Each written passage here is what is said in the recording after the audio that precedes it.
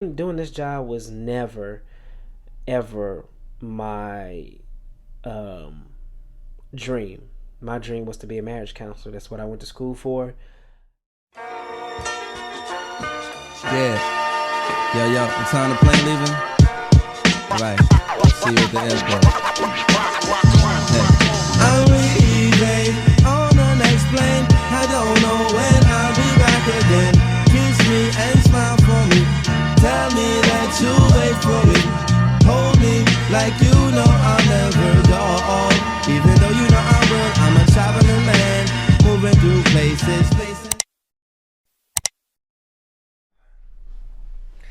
How's everyone doing today? My name is Thomas Traveling Gun. Welcome back to my YouTube channel again. So today's video is my how did I become a flight attendant? And first thing I'm gonna say is that being a flight attendant was never ever my dream job. It never was in my mind when I was a kid or even growing up.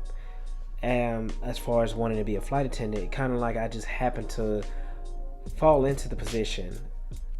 Just give you a little bit of background. So I'm 35 years old. So I grew up coming up in the 90s. Everything was gender specific. So when career day came around to the schools, it was men who were pilots, women who were flight attendants, men who were doctors, women were nurses. So it was always a gender specific type roles that came to our job, like policemen, firemen. Those are all the guys, for men. And so excuse me, that I never grew up seeing a male flight attendant ever in my life that I can recall, or ever coming to school for career day. So I didn't start looking into the flight attendant field until I was about 2017 ish is when I looked into it. I've always wanted to be able to travel and things like that, but it just got to a certain point to where I was like, man, it's getting boring sitting behind my desk at a desk job.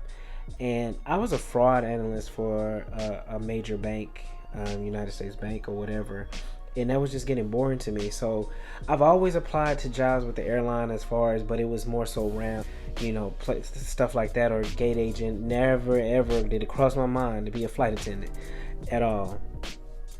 And then one day I just happened to just be like, hey, look into being a flight attendant.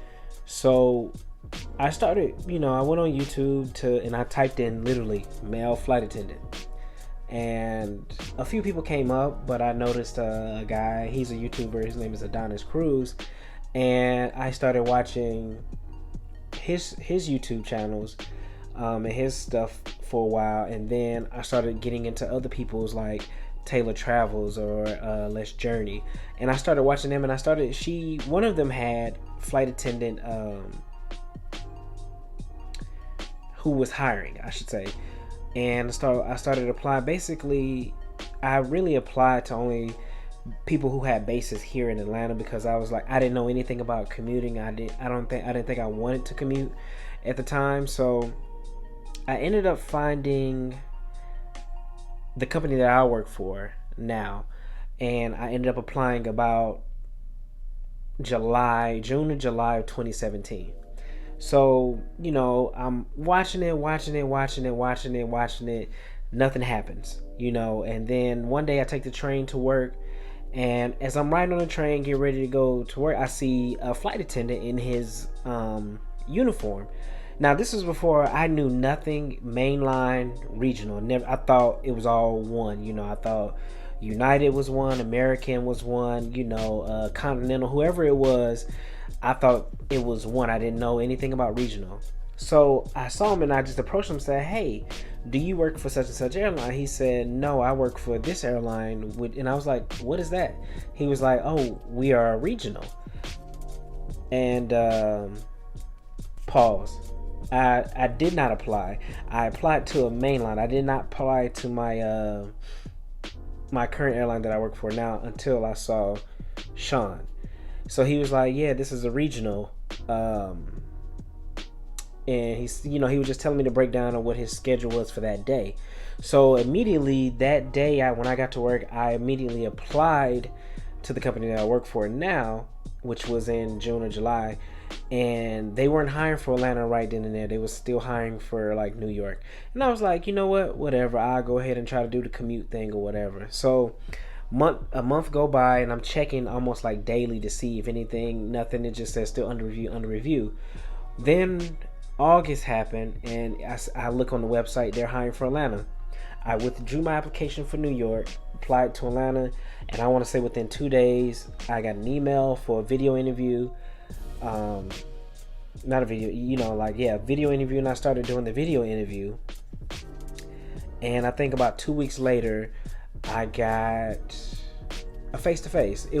They called it a hiring session or something like that. So I got my face-to-face pretty much, and I was happy. So I started watching YouTube channels and try to see what I can do to better, to maximize this, like I said, because once I started doing this, it was like I'm all in. When I start doing something, I put my mind to it. It's gonna be all the way or nothing. I'm not finna half do it. I'm not finna go in half empty-handed or anything. So I'm trying to make sure I'm preparing myself the right way.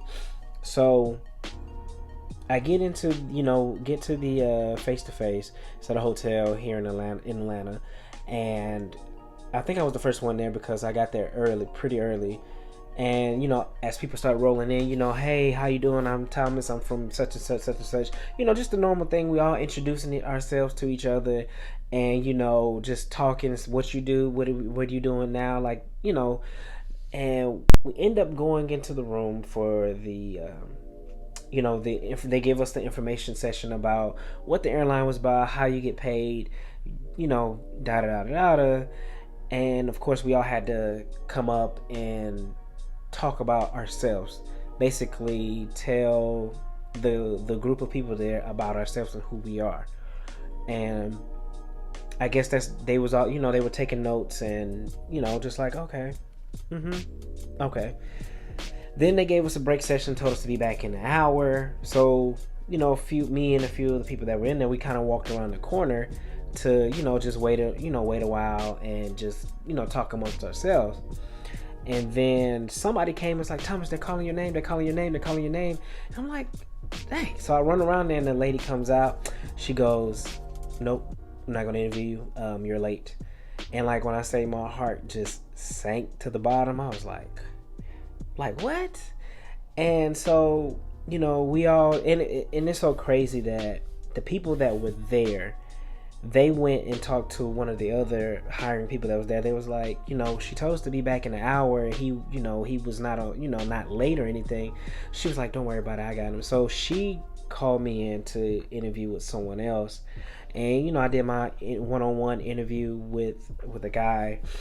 And, he just asked me a series of questions, and, I answered him. And then once I was done, he was like, welcome. And I never felt, I'm always excited when I get a job offer, but I don't know why this one felt a little bit more accomplishing than any other job offers that I've ever gotten before. I can't answer that, so I ended up taking my drug test, which was directly across from my job, and I ended up going to work on time after going to another interview. And amazingly, what's so funny is my last day at my job before I started being a flight attendant was the exact same day that I got hired, that I started that job 3 years ago. Go figure. But like I said, doing this job was never ever my dream. My dream was to be a marriage counselor. That's what I went to school for. But things don't work out that way. Again, I became a flight attendant because I just hated I got bored sitting behind a desk, and plus I wanted to travel as well.